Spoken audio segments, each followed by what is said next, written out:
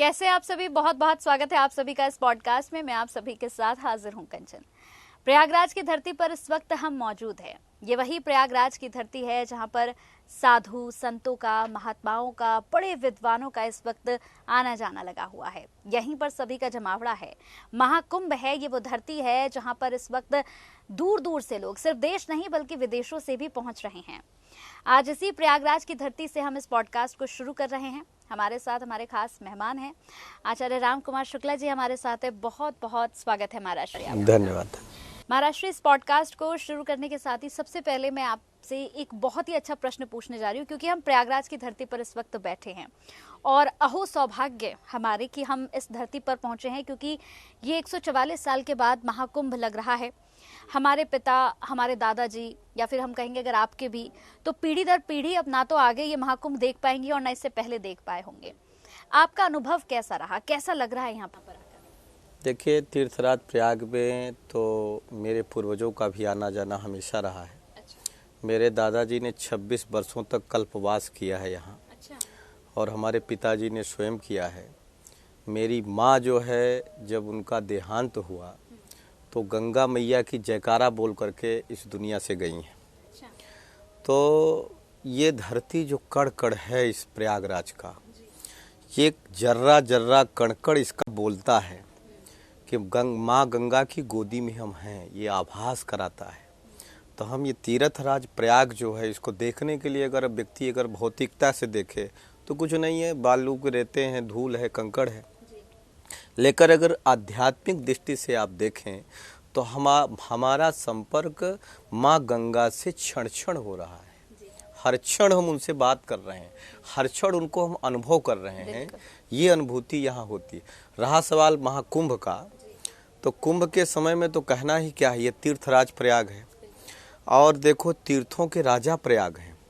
आप दुनिया के कोने में चले जाइए, ऐसी कोई भी जगह नहीं है जितना स्थान यहाँ पर आपको प्राप्त है। तो ये निश्चित है कि ये राजा हैं, इसीलिए इतनी जगह है। वैसे तो हमारे कई कुंभ लगते हैं, जगह जगह सिंहस्थ भी होते हैं, लेकिन इतने बड़े क्षेत्रफल में, इतनी लंबाई चौड़ाई में आपने कहीं भी ऐसा मेला नहीं देखा होगा। तो ये तीर्थराज प्रयाग का गंगा मैया की त्रिवेणी संगम की, बेड़ी माधव भगवान की ये विशेष महिमा है कि आज सारा विश्व तीर्थराज प्रयाग की ओर देख रहा है और आ रहा है। तो इनको अनुभूति क्या करना, जो धरती पे पैर रखेगा उसे अनुभव होना शुरू हो जाएगा। बिल्कुल सही आपने कहा। इसके साथ ही जैसे अभी हम राजा प्रयाग की हम बात कर रहे हैं, महाराज श्री, हमने बड़ी कहानियाँ, बड़ी कथाएं सुनी है, सुना है कि बड़ा बलिदान था इनका। अगर ये बलिदान ना देते तो आज ये सब कुछ ना होता। क्या ये सत्य है? बिल्कुल सही बात है। देखिए, तीर्थराज प्रयाग जो है, ये तीर्थों के राजा हुए क्यों? भाई, इनको तीर्थों का राजा ही क्यों कहा गया? इसके पीछे भी एक बहुत बड़ी कहानी है, बहुत बड़ी कथा है, जिसको बहुत कम लोग इसको कहते हैं, दर्शाते भी हैं। लेकिन ये कहा जाए जैसे सृष्टि की रचना हुई, और सृष्टि की रचना में हमारे विधाता ब्रह्मा की बात आती है कि सृष्टि के निर्माण करने वाले कौन हो गए? हमारे ब्रह्मा जी हो गए। पालन करने वाले विष्णु जी हो गए, और संहार या कल्याण करने वाले सदाशिव भगवान शंकर हो गए। इसी प्रकार से जब इस सृष्टि का निर्माण हुआ तो तीर्थराज प्रयाग का भी निर्माण हुआ। अच्छा। हाँ, कि तीर्थ के जो राजा कौन बनेगा आखिरकार? ये इतने तीर्थ बने हैं, इतनी स्थान है, तो कौन होगा? तो वो निर्धारित हुए कौन? प्रयागराज, जिनका नाम हुआ। और ये आज से नहीं है, ये पुरातन से है, जिसके हमारे वैदिकों से कहना, हमारे वेदों में उल्लेख है उस बात का। तो अब उतना हम विस्तार नहीं कर सकते क्योंकि समय सीमित है, लेकिन मैं इतना कहूँगा कि भगवान भोलेनाथ, भगवान नारायण और ब्रह्मा जी की ही सहमति से तीर्थराज प्रयाग बने। बिल्कुल।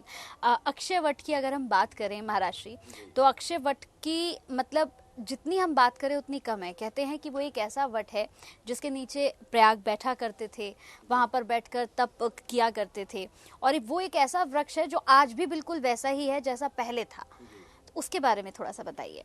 देखिए, अक्षय वट का अर्थ ही है जिसका कभी क्षरण न हो, जो कभी समाप्त न हो, अक्षय रहे। देखिए, भगवान के बारे में जब चर्चा आती है तो श्रीमद् भागवत महापुराण में फर्स्ट में एक श्लोक लिखा हुआ है, सच्चिदानंद रूपाये विश्वोत्पत्त्याद हेतवे तापत्रय विनाशाय श्री कृष्णाय वयम नुमः। भगवान श्री कृष्ण के बारे में प्रथम श्लोक में श्री वेद व्यास जी कहते हैं, आखिरकार भगवान गोविंद हैं कौन? बोले सच्चिदानंद रूप, सत्य, चित और आनंद, यानी सत्य। कैसा सत्य? त्रिकाला बाधित सत्य, जिसका आरंभ भी सत्य है, जिसका मध्य भी सत्य है और जिसका अंत भी सत्य है। अर्थात ये दुनिया समाप्त हो सकती है, दुनिया के लोग समाप्त हो सकते हैं, ये सृष्टि भी समाप्त हो सकती है, लेकिन वो समाप्त कभी नहीं होता, उसे ही कहते हैं सत्य। ऐसा ही अछेवट के बारे में है। अछेवट कौन है? जो कभी समाप्त न होने वाला। और यहाँ तक कि कहा गया है कि इसी अछेवट के पत्तों पर ही या अछेवट पर ही परमात्मा शयन करता, सारी दुनिया जब डूब जाती है तो बालक के रूप में आ जाता है। ऐसी महिमा उनके बारे में कही गई। महाराज जी, आप कथावाचक हैं, आप भगवत कथा भी करते हैं, राम कथा भी आप करते हैं। इसके साथ ही अगर मैं प्रश्न पूछूं कि हमने कथाएं तो बहुत सुनी हैं, जहाँ से आप हैं वहाँ पर भी आप कथाएं करते हैं, दूर दूर आप कथाएं करने जाते हैं, लेकिन मैं जब से आई हूँ, लगभग मुझे 10 दिन का समय हो गया है, मैं जब भी बाहर निकलती हूँ तो देखती हूँ कि यहाँ पर कथाएं हो रही हैं। मतलब मंत्रों की आवाज़ हर क्षण मेरे कानों में है, मंत्र हो रहे हैं, कथाएं हो रही हैं। यहाँ कुंभ में कथाओं का क्या महत्व है, इसके बारे में थोड़ा सा बताएं। देखिए, यहाँ हम आपसे यही कहेंगे कि कथा तो जितने पांडाल लगे हुए हैं, जगह जगह लोग कथा कह रहे हैं। ये अलग बात है कि संख्या सीमित है। जहाँ पर लोगों की कथा सुनने के लिए हजारों लोग आया करते हैं, वहाँ आप देखेंगे तो 100 लोग 50 लोग बैठे हैं, लेकिन फिर भी उसी तन्मयता से कथा हो रही है और वक्ता कह रहा है। तो भाव यहाँ ये नहीं है कि हमको ये जो बैठे इनको सुनाना है। भाव ये है कि हम गंगा मैया की गोदी में बैठ करके गंगा मैया को श्रवण करा रहे हैं और मेरी वाणी शुद्ध हो रही है, मैं पवित्र हो रहा हूँ, क्योंकि मैं उस मंत्र को, उस भागवत के मंत्रों को, भगवान राम के बारे में रामचरितमानस की जो चौपाइयाँ हैं उनको बोल करके हम अपनी वाणी ठीक कर रहे हैं, शुद्ध कर रहे हैं। यहाँ 3 का संगम है, गंगा, यमुना और सरस्वती। देखिए, गंगा यमुना तो आपको दिखती हैं, लेकिन सरस्वती मैया दिखती हैं क्या? कूप जरूर बना हुआ है, लोग यहाँ सरस्वती मैया के रूप में ये कथा ही बह रही है। अच्छा, वही है वो सरस्वती, वही है कथा। तो इसलिए भी ये कहिए कि गंगा, यमुना, सरस्वती। तो देखो, गंगा है वैराग्य, यमुना है भक्ति और ये सरस्वती है ज्ञान, जो सबको प्राप्त हो रहा है और इससे जीवन में लोगों को परिवर्तन हो रहा है। तो यहाँ अपने आप को पवित्र करना, अपने आप को शुद्ध करने के लिए हमारी वाणी पवित्र हो जाए, हम ठीक हो जाएं, उसके लिए कथा जगह जगह करते हैं लोग। कोशिश करते हैं कि कुंभ में कथा हो या प्रयाग में माघ मेले में कथा हो, हमको अवसर प्राप्त हो।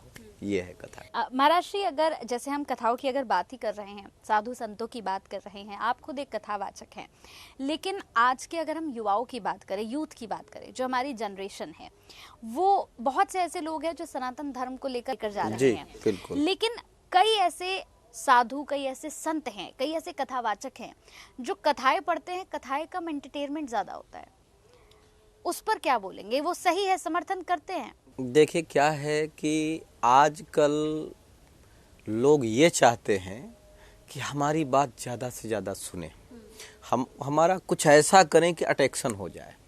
देखिए, क्या है कि हकीकत बात तो ये है कि फालतू की बात करनी ही नहीं चाहिए।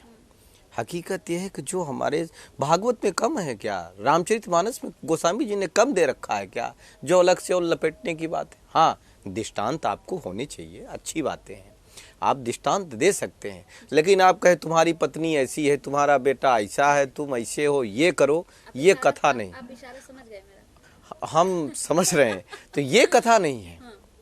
ये तो फिर आप व्यथा को ला रहे हैं कथा में। व्यथा मत लाइए। कथा कर सुनने से, श्रवण करने से और कहने से जीवन की व्यथा दूर हो जाती है, तो ऑटोमेटिक दूर हो जाए। गोस्वामी तुलसीदास जी कहते हैं, तबहि होई सब संशय भंगा, तबहि होई सब संशय भंगा, जब बहुकाल करिए सत्संगा। उसी समय हमारे संशय का भंग हो जाएगा, समाधान हो जाएगा, जब हम बहुत दिनों से सत्संग करें, कथा सुने, प्रवचन सुने, तो ऑटोमेटिक हो जाए। कथा तो ऐसी औषधि है कि व्यक्ति केवल सुनने पहुंच जाए तो उसको कहने की जरूरत नहीं कि हमारे अंदर ये कष्ट है या हमें ये बाधा है, ये परेशानी है, इसका समाधान हमारा कैसे होगा, वो अपने आप हो जाता है। तभी तो गोस्वामी तुलसीदास जी एक बात और कहते हैं, बड़े भाग्य पावहु सतसंगा, बिना ही प्रयास होई भव भंगा। बिना प्रयास किए ही आपके अंदर जो भ्रम है उसका समाधान हो जाता है, आपके अंदर जो समस्या है, कठिनाई है, ऑटोमेटिक उसका रास्ता मिल जाता है, मार्ग मिल जाता है। मैं ये नहीं कहता कि वो डॉक्टर जैसे टेबलेट दिया और व्यक्ति ठीक हो गया, लेकिन इतना जरूर कहता हूँ कि जैसे कौवा जो है, अगर वह भी एक बार सत्संग की डुबकी लगा ले तो कोयल की बाड़ी बोलने लग जाएगा, इतना प्रभाव है। ये मैं नहीं कहता, ये गोस्वामी तुलसीदास जी कहते हैं। मंजन फल पेकी तत्काला, काक हो ही पिक बकहु मराला। स्नान कर लेने से जैसे व्यक्ति पवित्र तरोताजा दिखता है, उसी प्रकार से भगवान की कथा श्रवण कर लेने से एक बार कौवा भी कोयल की आवाज पे बोलने लग जाता है, तो उसकी महिमा है। महाराज श्री, कथा जो होती है, कहते हैं कि जैसे आपने बहुत सुंदर बताया कि आपके कष्टों को किसी को बताने की जरूरत ही नहीं है अगर आप कथा सुनते हैं, तो क्या कथा हमारे जीवन को बदल देता है? बिल्कुल। कितना बदल देता है? बहुत लोगों का कहना है कि हम कथा सुनते हैं, हम बैठते हैं, लेकिन वो मन नहीं लग पाता है, बार बार उठते रहते हैं। देखिए, मैं आपसे निवेदन ये करूं, ये मन का जो सवाल, मन एव मनुष्यानाम बंध मोक्ष कारणम, मन ही व्यक्ति का बंधन का कारण है और मन ही मोक्ष का कारण है। किसी कवि ने बड़ी सुंदर पंक्ति लिखी है, काबू न अपना मन तो ध्यान क्या करे, और आंखें न करे दीदार तो भगवान क्या करे। देखिए, मन का बड़ा संबंध है। ये मन लग क्यों नहीं रहा है? अच्छा, मन जाता किधर है? मन देखिए, पानी जो होता है वो ऊपर रखिएगा तो नीचे की ओर ऑटोमेटिक गिर जाएगा, लेकिन अगर ऊपर चढ़ाना हो तो क्या करना पड़ेगा? मोटर का सहारा लेना होगा, उसको फोर्स लगाना पड़ेगा, तब ऊपर चढ़ेगा। लेकिन ऊपर से नीचे गिराना हो तो ज़्यादा ज़रूरत नहीं है, बस वो अपने आप गिर जाएगा। इसी तरीके से मन है। मन को जब आपको ऊपर करना है तो थोड़ा आपको डूबना पड़ेगा। अब अगर सवाल यह है कि मन हमारा क्यों नहीं लग रहा है, जैसे कथा में कह रहे मन नहीं लग रहा, आप कथा सुन ही नहीं रहे तो मन कहाँ से लगेगा? और जिसके बारे में आप सुन रहे हैं वो या तो उसके बारे में आप जानते नहीं हैं। जैसे भगवान कृष्ण के बारे में जो जानता है, या राम जी के बारे में हम जानते थोड़ा बहुत भी कि ईश्वर भगवान है, और जब उनकी कथाएं होती हैं तो हमने देखा आंखों से अश्रु की धारा बहने लग जाती है। जब यशोदा मैया को भगवान श्री कृष्ण छोड़ करके जा रहे हैं, कहाँ? ब्रजमंडल से भगवान जा रहे हैं मथुरा की ओर, और माता यशोदा को पता चला कि ये तो वसुदेव का बेटा है, मेरा बेटा तो है ही नहीं है। तो रथ चल दिया, भगवान बैठ के रथ पर जा रहे हैं मथुरा की ओर, यशोदा मैया रथ के पीछे दौड़ पड़ी, अरे बेटा सुन तो सही, अरे लाला सुन तो सही। भगवान कृष्ण ने पीछे मुड़ करके देखा तो यशोदा मैया हमारे रथ के पीछे दौड़ रही। भगवान कृष्ण कूद पड़े रथ से, जा करके यशोदा मैया के गले से मिल गए। अब बोले, भैया आप क्यों रो रही हैं? अब आप क्यों दौड़ रही हैं? मैं परसों आ जाऊंगा। तो भगवान की बात सुनकर यशोदा मैया ने कहा, लाला मैं इसलिए नहीं रो रही हूं कि तू मथुरा जा रहा है, मैं तो इसलिए रो रही हूं कि आज मुझे पता चला कि तू मेरा लाला नहीं, तू वसुदेव और देवकी का पुत्र है। मैं गमार ग्वालिन न जाने तुम्हारे साथ कैसे कैसे व्यवहार किए, हो सके तो मुझे माफ कर देना। अब इन कथाओं को जो सुनता है आंखों में आंसू भर आता है, व्यक्ति रह नहीं पाता, वो दृश्य दिखाई देने लगता है। ऐसा क्यों होता है? क्योंकि भगवान के प्रति उसका प्रेम है, वो ईश्वर को जानता है कि ये है ईश्वर, ये है भगवान, ये है माँ ममता। अब जिसके अंदर ये चीज है ही नहीं, खाली आकर के बैठ गया। एक चीज और, जिज्ञासा भी होनी चाहिए, प्यास भी होनी चाहिए। भागवत में लिखा हुआ है कि अगर आपके अंदर प्यास नहीं है तो बोले उसको कथा मत सुनाओ, श्रद्धा नहीं है तो मत सुनाओ, क्योंकि वो सुनेगा नहीं ना। अब इसको एक दृष्टांत से समझें कि एक जैसे गर्मी का महीना आने वाला है, मार्च के बाद से धीरे धीरे, अभी भी मौसम दिन में देखिए गर्म हो रहा है, तो शुरू होगा। और जब शुरू होता है तो अप्रैल वगैरह मई में लोग प्याऊ लगाते हैं, जगह जगह स्टेशनों पर लगाते हैं। अब एक व्यक्ति ने प्याऊ लगाया, कहा बाबूजी जल लीजिए जल लीजिए जल लीजिए। जिसको प्यास लगी है तो अपना बाटल बढ़ा देगा, अपनी चीज़ें बढ़ा देगी, लेकिन जिसको प्यास ही नहीं लगी, प्यास है ही नहीं, वो आया, बाबूजी जल लीजिए बहुत मीठा है। अच्छा ये बताओ तुम जल कहाँ से लाते हो? तो बाबूजी कुएं से लाता हूँ भर के। अच्छा तो जल बताओ तुम पानी छान के रखते हो कि बिना छाने रखते हो? नहीं बाबूजी छान के रखता हूँ। अच्छा तो पानी जल कब भरे हो? आज भरे हो कि 4 दिन पहले का रखा हुआ? नहीं नहीं आज का एकदम ताजा ताजा है। अब बाबूजी को जल तो लेना नहीं है, प्यास तो लगी नहीं है, तो क्या करेंगे? वो तमाम मिलूल जुलूल प्रश्न करेंगे। ऐसे व्यक्ति को प्यास तो लगी नहीं है, अब कथा में बैठ गया तो मन कहाँ से लगेगा? बिल्कुल सही।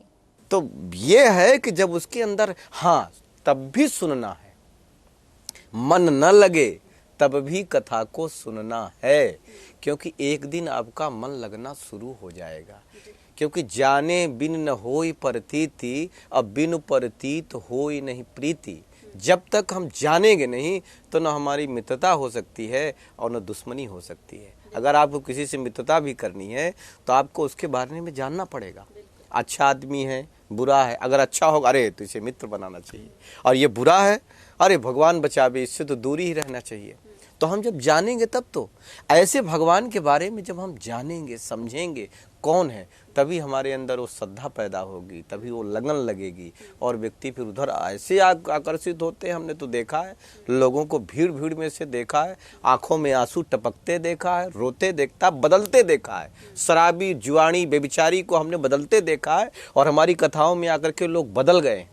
तो अब कैसे परिवर्तन नहीं हो रहा है? आमूल चूल परिवर्तन हो जाता है एकदम। महाराज श्री, जब आप कथाएं पढ़ते हैं, कहते हैं कि जब हम कथा सुनते हैं और कथा का जो एक एक शब्द होता है जब हमारे कानों में वो गूंजता है, जब वो हमारे कानों में पड़ता है तो एक अलग ही अनुभूति होती है। आपने कहा कि इंसान बदलता है, परिवर्तन होता है।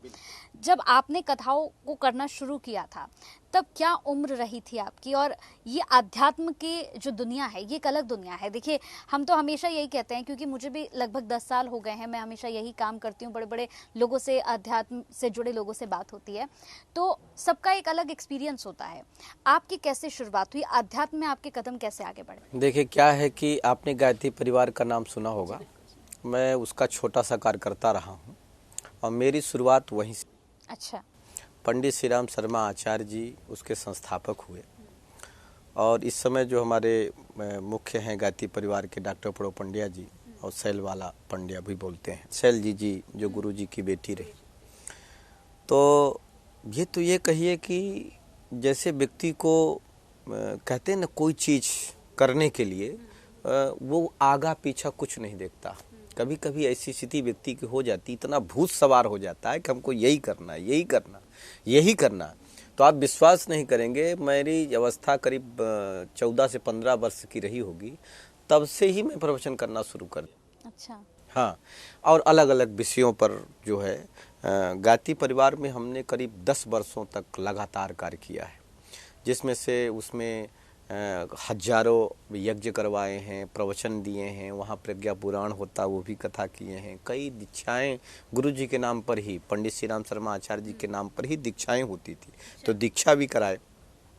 तो वो तो एक लंबा क्रम था, लेकिन इधर आना कैसे हुआ?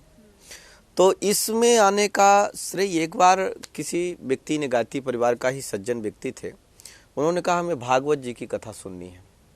तो हमने कहा आप सुन लीजिए। बोले नहीं आपसे सुननी है। हमने कहा कितने सुनाने वाले, हमने तो कभी भागवत किए ही नहीं, हम तो गायत्री परिवार का मिशन का ये कार्यक्रम करते हैं, यज्ञ कराते, कर्मकांड कराते हैं, प्रवचन कर देते हैं, उसमें एक प्रज्ञा पुराण है वो करते हैं, हमने तो किया ही नहीं। बोले नहीं मुझे आपसे ही सुनना है। तो हमने कहा ठीक है समय दीजिए। तो फिर हमने अध्ययन करना शुरू किया और जब हमने पढ़ना शुरू किया तो हमने उसमें चमत्कार से भरा हुआ देखा, सारे पुराण देखा, उसमें मैंने ऐसा चीज पाया ही नहीं कि उसमें नहीं है। मैं तो ये देखता हूँ कि जितने भी हमारे पुराण लिखे हुए हैं, वेद व्यास जी ने लिखा है, ऐसा कोई पुराण ही नहीं है कि आप उसको पढ़ना आरंभ कर दीजिए उसमें लोगों की समस्याओं का समाधान न हो। अच्छा। हाँ, ऐसा पुराण ही नहीं है, हर पुराण में है। चाहे भागवत उठा, रामचरितमानस ले लीजिए, एक एक चौपाई मंत्र की तरह है, मंत्र की तरह है। अब उसका उपयोग करना व्यक्ति शुरू कर दे, उसी से बदल जाएगा व्यक्ति। बस केवल समझने की बात है, सही तरीके से उसको जानने की बात है। भागवत में इतनी अच्छी अच्छी चीजें लिखी हुई हैं, उसको सही तरीके से परोसने की बात है।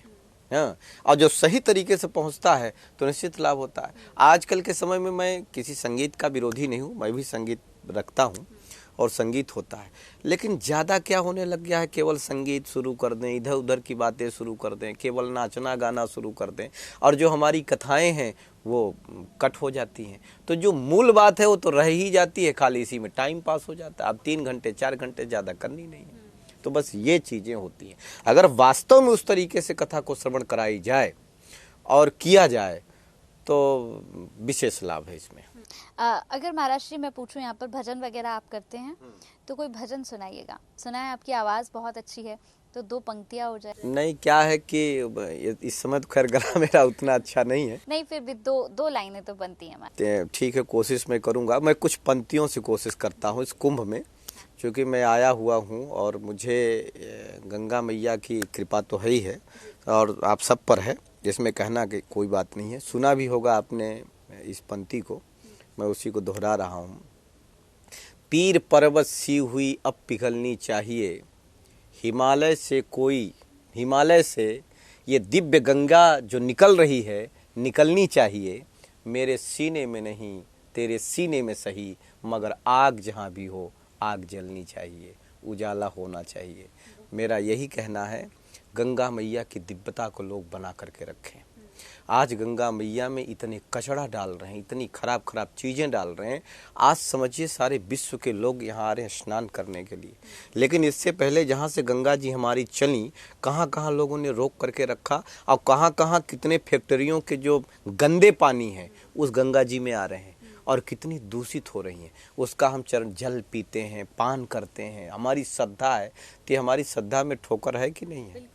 तो इसलिए गंगा की सफाई रखना, उसको दिव्य बना के दिव्यता उसकी बरकरार रहे, इसको रखना हम सब की जिम्मेदारी है, केवल सरकार की नहीं, हम सब की जिम्मेदारी है। और उसकी सफाई होना ही चाहिए तीर्थों की। और आपने गीत के लिए कहा है, तो बस मैं 2 पंक्ति गुनगुनाना चाहूँगा इस संसार के बारे में। ये पंक्ति रिलेटिव है कि जैसे व्यक्ति जब इस संसार में आने वाला होता है और माँ के पेट में जब बच्चा होता है तो वो क्या सोचता है और वो क्या अनुभूति करता है। यद्यपि गर्भो उपनिषद में कहा गया है कि जब बच्चा माँ के पेट में आता है 9वां महीना होता है, और बच्चा होता कैसा है, मुंडी उसकी नीचे की, पैर ऊपर का।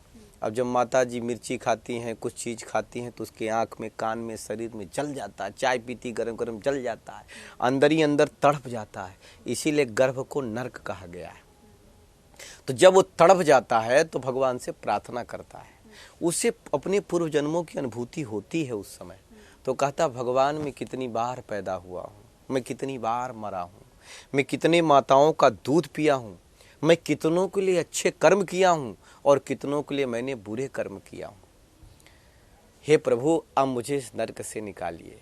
अब मैं इस दुनिया में जाऊंगा ना तो आपके भजन का ढेर लगा दूंगा, माया में फंसूंगा नहीं, दुनिया में फंसूंगा नहीं, आपके भजनों का ढेर लगा दूंगा। लेकिन जब इस दुनिया में बालक आता है तो क्या करता है, आप देखिएगा 10 दिनों तक बालक एकटक देखता रहता है, मंद मंद मुस्कुराता है।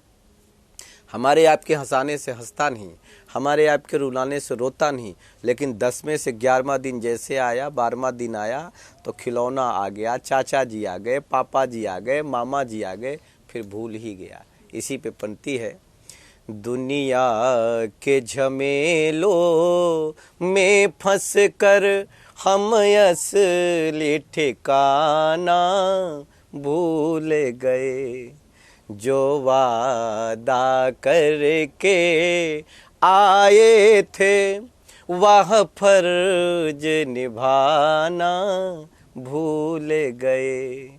दुनिया के झमेलों में फंस कर हम असली ठिकाना भूल गए। दुनिया में हमने जन्म लिया भगवान के दर्शन करने को, दुनिया के तमाशे क्या देखे, घर लौट के आना भूल गए। दुनिया के झमेलों में फंस कर हम असली ठिकाना भूल गए। हम देख रहे थे रोज रोज, हम देख रहे थे रोज रोज मरघट में लाशें जलती हैं, मरघट में लाशें जलती हैं। दुनिया के जलते जिस्म देखे, दुनिया के जलते जिस्म देखे, पर खुद को जलाना भूल गए।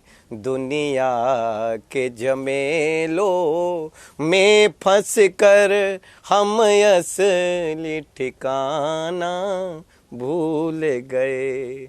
जो वादा करके आए थे वह फर्ज निभाना भूल गए। आचार्य जी, आपकी तो आवाज भी बहुत खूबसूरत है।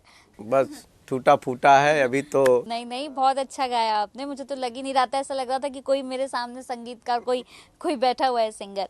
आचार्य जी, बड़ी अच्छी एक बात कही। अब समय की कमी है, लेकिन फिर भी एक छोटा सा एक्सपीरियंस अपना मैं चाहती हूँ कि मैं भी आपसे शेयर करूँ, अनुभव है। बहुत अच्छी बात आपने कही आचार्य जी कि गंगा को साफ रखना हम ही लोगों का एक फर्ज है। सरकार हर वक्त तो नहीं कर सकती है, हमें ही सही रखना होगा। मैं एक छोटा सा अनुभव में अभी 2 दिन पहले ही संगम गई। मैं वहाँ पर पूजा अर्चना की, मैंने जल उठाया, जल मैंने पान किया, उसके बाद मैं वहाँ पर डुबकी भी लगाई। लेकिन मैंने देखा उसी वक्त जो वहाँ पर कुछ लोग थे जो कुछ खा रहे थे और उसी जल में उसको थूक रहे थे। तो मुझे बड़ा कष्ट हुआ, बड़ा बुरा लगा कि मैंने अभी जस्ट ये अपने मुंह में डाला है, मैंने पानी पिया है और ये एकदम से यहीं पर गंदगी कर रहे हैं, तो क्या मैंने सही किया? तो ये मेरे नहीं, बहुत से लोगों के मन में विचार आता होगा, लेकिन ये सोचिए कितनी गलत बात है। ये हमारा ही फर्ज है ना आचार्य? बिल्कुल बिल्कुल, बहुत गलत है। इसमें लोग अपने वस्त्र धोने लग जाते हैं, तमाम गंदगी करने लग जाते हैं, नाक साफ करने लग जाते हैं। अब गंगा जी में ये सब चीज़ें नहीं करना। वहाँ तो नाक बंद करो, कान बंद करो, आंखें बंद करो, डुबकी मारो और बाहर आओ। वहाँ आपको गंदगी नहीं करनी है। लेकिन अब यही तो समझना है, वो माँ है, वो वहाँ गंदगी फैलाने का काम हमारा नहीं है। ये अलग बात है कि माँ तो हमको ठीक करती ही है, लेकिन हमारा भी तो कुछ फर्ज है। हाँ, हमारा भी तो फर्ज है। हाँ, तो वो आपने बिल्कुल सही कहा है। सरकार के साथ साथ हर व्यक्ति को जागरूक होने की जरूरत। बिल्कुल। बस एक आखिरी संदेश चाहूंगी आप दे दें, जो लोग कुंभ नहीं आ पा रहे हैं उन्हें क्या कहेंगे? देखिए, पहले तो मैं यही प्रार्थना करूंगा कि आप लोग कुंभ आएं। और ये चूँकि बहुत सुंदर समय अवसर जीवन में आया है, पता नहीं जीवन में दोबारा आएगा कि नहीं। मुझे लगता है कि आएगा नहीं, क्योंकि 12 जब कुंभ पूरे होते हैं तो महाकुंभ होता है और 144 वर्ष बाद ये महाकुंभ का अवसर आया है। तो पहली बात तो आए, अगर नहीं आ सकते तो आप वहीं से भावना करें कि हम महाकुंभ में डुबकी लगा रहे हैं। देखिए, कलयुग में, बस 2-3 मिनट आपसे समझ लेंगे, कलयुग में बहुत बड़ी महिमा कलयुग की है। यह कलयुग कर परम प्रतापा, मानस पुण्य होय नहीं पापा। कलयुग की महिमा है कि आप केवल मन में सोच लो, करो नहीं, केवल सोच लो तो उसका पुण्य मिल जाएगा। जैसे हम गंगा जी स्नान करें नहीं, सोच लें कि हम गंगा जी में स्नान कर रहे हैं, तो हमको गंगा जी स्नान करने का पुण्य घर बैठे मिल जाएगा। तो इस प्रकार से जो घर में हैं वो ये भाव करके बैठे हैं, भगवान के सामने बैठे और ये भाव करें कि हम गंगा जी में या त्रिवेणी संगम में स्नान कर रहे हैं, भाव से स्नान करें। निश्चित रूप से वही फल उनको प्राप्त होगा जो यहाँ आके व्यक्ति को प्राप्त होता है, वो घर बैठे प्राप्त कर सकते हैं। तो भाव स्नान करें, कोई दिक्कत नहीं है। भीड़ भाड़ से बचें, सुरक्षित रहें और अपने लोगों को भी सुरक्षित करें। बस यही है। अवसर मिले तो ऐसे कोई शाही स्नान का पर्व मत ढूंढिए, ऐसे भी साधारण दिनों में आप आकर के गंगा मैया के यहाँ अपनी हाजिरी लगाएं। बस यही प्रार्थना। और अपने सामान की सुरक्षा स्वयं करें। ठीक है महाराज जी, बहुत अच्छा लगा आपसे मिलके महाराज जी, और आपने महाकुंभ के इस पावन पर्व के बीच में इतना समय निकाला, उसके लिए बहुत बहुत धन्यवाद। बहुत बहुत धन्यवाद। हमारा कैंप भी यहीं प्रयाग में लगा हुआ है, सेक्टर 7 में, अनंत माधव मार्ग में। और हमारा एक ट्रस्ट है विश्व धर्मार्थ सेवा ट्रस्ट, जिसका मैं संस्थापक अध्यक्ष भी हूँ। लोग हमें धर्माचार्य भी कहते हैं। तो इस तरीके से क्रम है, आपका साथ में ये क्रम बना तो हम भी अपने आप को सौभाग्यशाली मानते हैं। और आपका ये दिव्य चैनल है, ये जन जन तक पहुँचे, बस यही कामना है। धन्यवाद। बहुत बहुत धन्यवाद।